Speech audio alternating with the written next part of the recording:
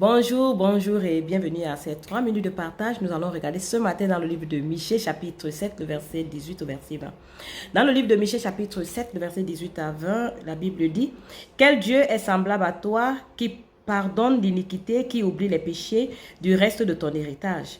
Il ne garde pas sa colère à toujours, car il prend plaisir à la miséricorde. Il aura encore compassion de nous, il mettra sous ses pieds nos iniquités. Tu jetteras au fond de la mer tous leurs péchés.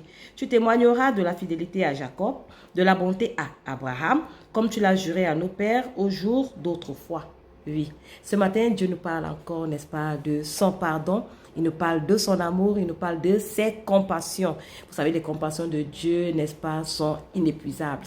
C'est continu. Parce que chaque jour, Dieu manifeste son amour envers nous.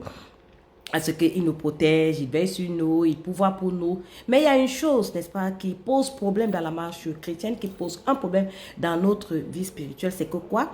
Bien que Dieu, chaque jour, nous fait voir qu'il a pardonné tous nos péchés, et il va même jusqu'à dire, je ne me souviens plus de leurs péchés, ni de leurs iniquités. L'homme toujours s'entête à savoir et à dire, à qui veut l'entendre, qu'il est un pauvre pécheur.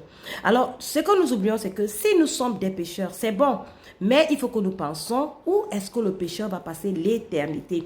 Alors, aucun impie, aucun pécheur n'héritera le royaume de Dieu. Ça, là, nous le savons déjà. Alors, ce matin, pendant que nous regardons dans le livre de Michée, Michée nous dit que Dieu a pardonné nos iniquités. Et il dit que qu'est-ce qu'il a fait? Il a, n'est-ce pas, oublié nos péchés. En plus d'oublier nos péchés, il dit qu'il a, n'est-ce pas, jeté tous nos péchés dans la mer. Et il va même jusqu'à dire qu'il ne garde pas sa colère pour toujours. Lorsque nous avons péché dans le jardin d'Éden par, n'est-ce pas, le biais de Adam, et nous sommes devenus des pécheurs, ce péché a apporté la séparation, n'est-ce pas, entre nous et Dieu. Plus de communication, plus de communion entre nous et Dieu. Pourquoi? Parce que Dieu étant saint ne peut pas communier avec l'homme qui est pécheur.